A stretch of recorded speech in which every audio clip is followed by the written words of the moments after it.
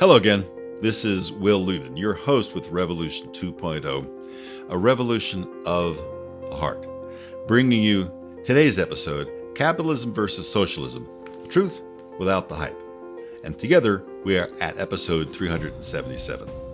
There are a lot of agenda-based partial truths, downright lies, being tossed around about both capitalism and socialism, with some occasional self-serving comments about communism. And here's what I want to leave you with.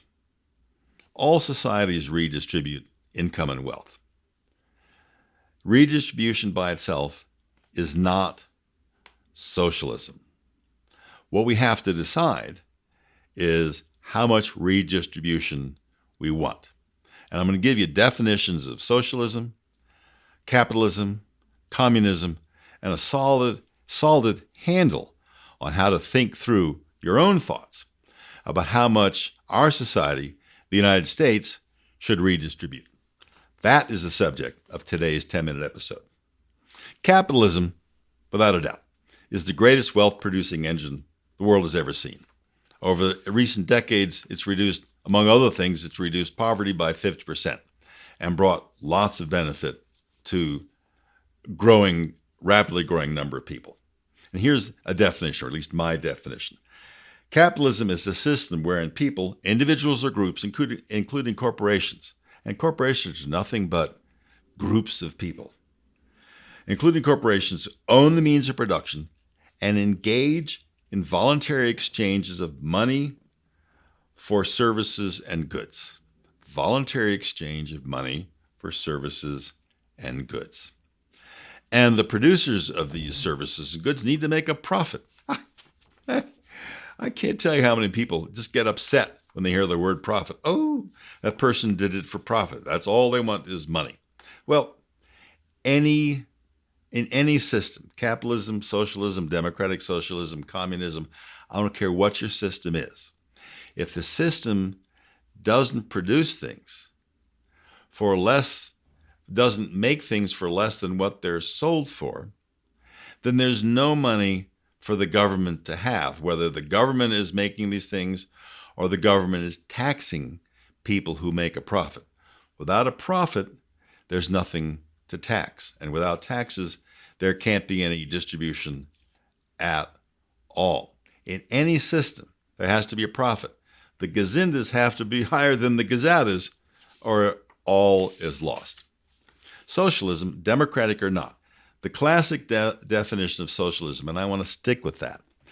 In socialism, the government owns the means of production.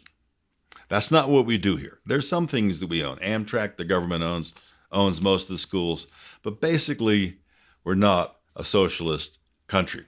And Denmark got all fussed up when in the 2016 presidential campaign, there was all sorts of conversation. Bernie Sanders and many others were lauding the success of the socialist Scandinavian, the Nordic countries. And the chief person who got fussed up was Danish Prime Minister Lars Rasmussen.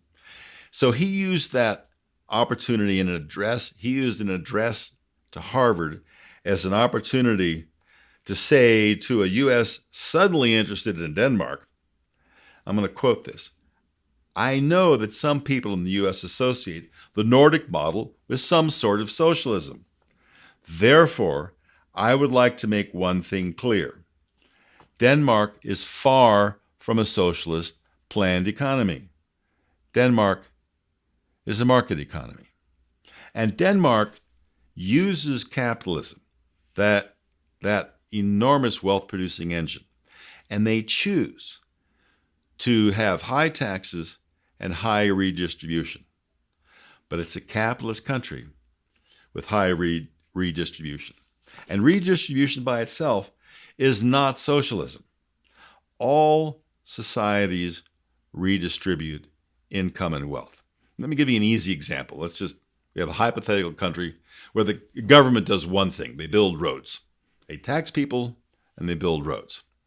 Some people are going to make more money than others. They'll pay more taxes. Some people are going to use the roads more. And that means that they'll use the roads more than others. So you'll have some people pay a lot of taxes and don't use the roads much, you'll have other people who pay very little in taxes and use the roads a lot. That's redistribution. Every society redistributes. Ours does. The question is not whether to redistribute or not. The question is how much to redistribute, and I'll give you a solid handle on that in a moment. But I said I'm going to give you a definition of communism. Communism is socialism, where the government owns the means of production, and you're not allowed to have your own little business. You can't have your hot dog stand. You can't have your frozen yogurt stand. But leading communist countries like Russia, China, and Vietnam have learned, because communism doesn't work, they need to blend in lots of capitalistic enterprise to create wealth so their economies work. And it leaves you with kind of the odd little irony that they're using capitalist philosophies and capitalist practices to support communist dictatorships. And I said I was going to get to how we can look at how much we want to redistribute, how much we think is correct. And we don't start with the question of how big should government be. Like, I think government should be very small because the individual should be the go-to. Or government should be big because government is the go-to. The core question we want to ask ourselves, we need to ask ourselves, is what does government do uniquely well? Because we certainly don't want government or any entity to do something where another entity could do it better. We want any entity, in this case government, to do and do only what it does uniquely well. For example, roads, first responders, law enforcement, and firefighters, military. Those seem to be examples of areas where the government provides those services uniquely well. There's another category where the government might fund it, but not provide it. For example, K through 12. Right now, K through 12 schools are dominated by government schools.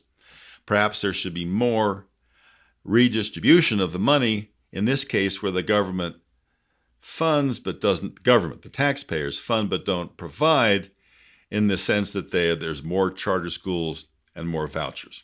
Utilities. All the utilities that I know of have been government monopolies. And then corrections, including prisons. Should those be some sort of a blend? Are these areas where there should be taxpayer funding, but more private enterprise? And then there's areas where the government clearly shouldn't be involved at all. Manufacturing, service industries, movies, restaurants, fixing my car.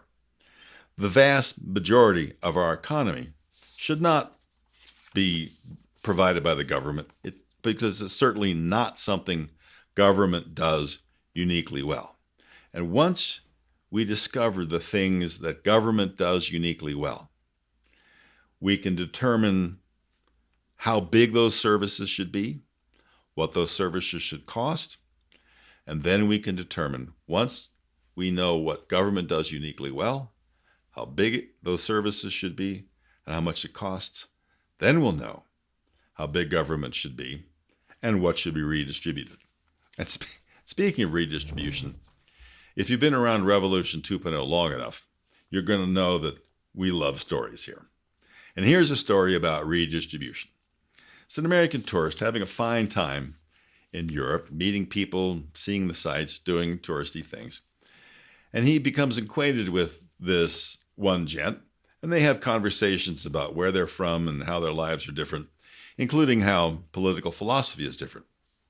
And the European was talking about how he is a strong supporter of redistributing income and wealth. So the American, trying to understand and maybe testing this guy a little bit, said, so, if you had 1,000 horses, you'd be happy to give 500 away? Oh, yes, of course. And if you had 500 cows, you'd be okay with giving 250 away?